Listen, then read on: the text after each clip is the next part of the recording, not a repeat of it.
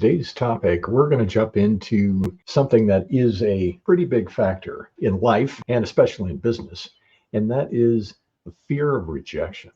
Yeah, absolutely. So today we're going to give you three pieces that are going to help you overcome the fear of rejection. We're going to do two of them, and the third one, you'll want to stick around for the third one, which I'm going to give you a practical tip that you can start right now to overcome that fear of rejection, to bring that fear down for yourself. The fear of rejection, how is that actually having an impact on life in businesses? What kind of things have you experienced? How do you feel like that fear of rejection has impacted you, us, in our journey, our business? So fear of rejection, of course, can keep us really stuck. It can be really paralyzing. And of course, as you say, it affects a lot of areas of life, including relationships and things like that. So personal relationships. I mean, certainly sales calls and putting yourself out there on social media, doing videos, starting a YouTube channel. There's all kinds of actions that we know would help our business, but that fear of rejection can be one of the reasons for procrastinating,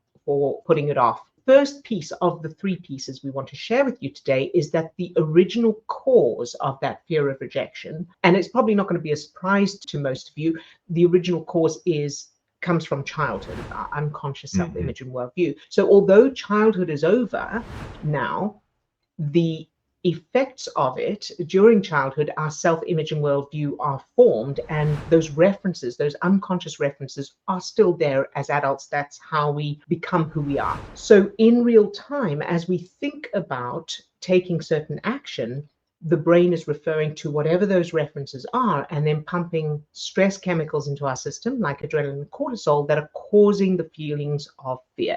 And then of course the conscious mind interprets that as I'm too scared, or I hate sales, or whatever else is there. Yeah, the way that I see it is that whatever situation we're encountering right now, whether it is a sales call or I'm sitting in front of a camera doing a video, what is going on in the background, or the way that I've envisioned it in my mind, is that your subconscious is trying to figure out a reaction to have in this moment. How should I be reacting in this moment? I'm in front of a camera. What does that look like? What does that remind me of? And it's just using what we've experienced in the past in order to be able to know how to react, how to feel in the moment. And all of that is happening subconsciously. We are not thinking about any of that. It's just the machinery that is operating in the background. The whole topic of the unconscious childhood memories that are forming our self-image and worldview, the great news is that those references can actually be changed to the opposite, positive and empowering, and then automatically you no longer have the fear, which is why we're so excited about sharing this, because it means that you no longer have to try and not be frightened or try and use your conscious mind to overcome that fear. It's automatic. And we have a free masterclass that goes into details on what those references are and how they can be changed so that you become one of those people who doesn't have a fear of rejection. So that's kind of the long game. You know, you watch that masterclass and you go through the process to change those. The second piece we want to share with you before we go into a practical tip is understanding the fact that we have an innate survival mechanism that means we need to be accepted and approved of on a core level for survival, because as humans, we're not designed to survive on our own, and certainly not, of course, as babies and children. So that means that we have a drive to please those big people who are supposed to be keeping us alive, because if they don't like us or they disapprove of us, they reject us, then we'll die. And certainly if there's not enough resources or there's any kind of physical danger, they're going to save someone else instead of us. So that's kind of obviously not in so many words and certainly not consciously, but unconsciously, that's our drive to please these people. Yeah, I think that it's really important to understand that's something that is there innately. It came pre-programmed. That was a factory setting. And when we experience those feelings, that fear of rejection, this fear is there, and it feels like the fear of death. And if you think about it from that little baby's point of view, or that little us that is just trying to survive. And again, all of that happening unconsciously. It's just the way the machinery is operating in the background, or the program is operating in the background. That fear of death is what's hanging over us because of that innate need to connect with our caregivers. And if we're rejected, we die. Mhm. We know that innately. Now, that's what's being tapped when we're in a situation where it starts to feel like a situation from the past. I might be rejected if I get on this camera right now. And unconsciously, in the background, that's the reference that's being pulled. And those are the neurochemicals that I end up feeling. Because it doesn't necessarily make logical sense that picking up a telephone or standing in front of a camera or having a conversation with somebody is inherently going to kick up those feelings that I might die. But that's where it's coming from. And spending time finding those references in the past, what we experienced in the past, being able to actually change that changes what our subconscious mind is referring to, and it thus changes the neurochemistry inside.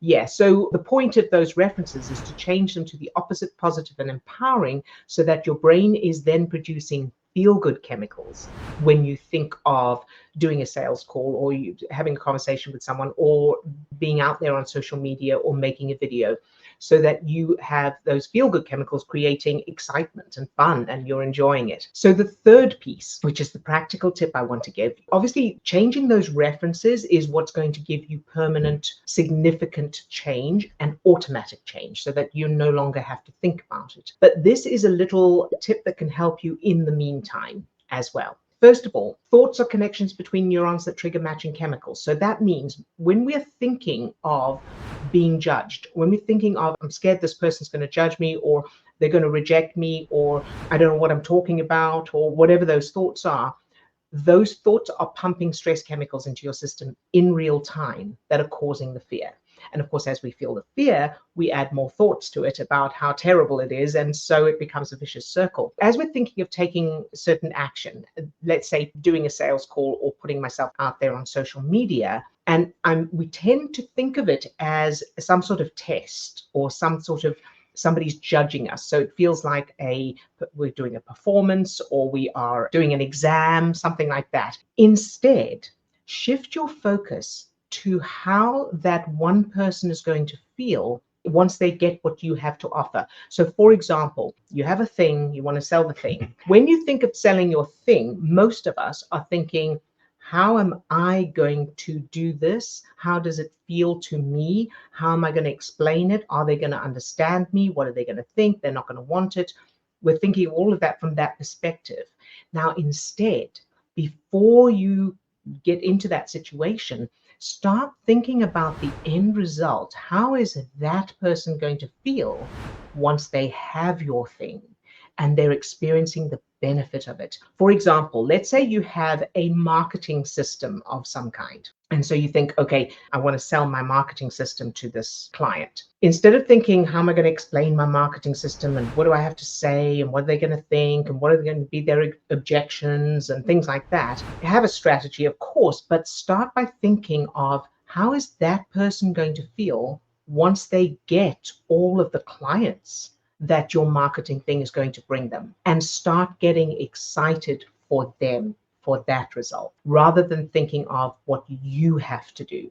Think, imagine being them. Imagine how exciting it's going to be for them once they have that result. And the reason for that is two things. Number one, because then you are making different neural connections in your brain. So as you think about that final result and how wonderful it's going to be for that person, and you start to get excited about it, those neural connections are starting to produce feel-good chemicals. And those do two things. Number one, of course, you'll feel better, which is the first thing. The second thing, they're going to bring your prefrontal cortex online. So that's the cognitive thinking part of the brain, so that you can think clearly. And what that'll mean is that whatever you do say to that person, or whatever you do write, or the content you create, is going to be a lot more impactful. It's going to speak to the end result for that person. You're going to have a much better chance of success because you'll be presenting it in a different way automatically because it feels exciting. Yeah, And you've got that part of your brain online. and I think that it's a great little practical tip to begin to change that neurochemistry right now in the moment.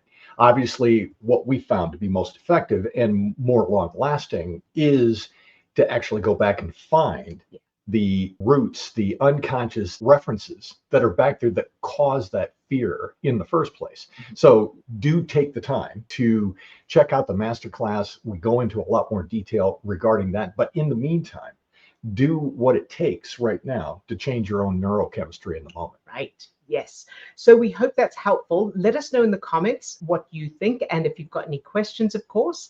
All right. See you next time. All Bye-bye right. now. Bye for now.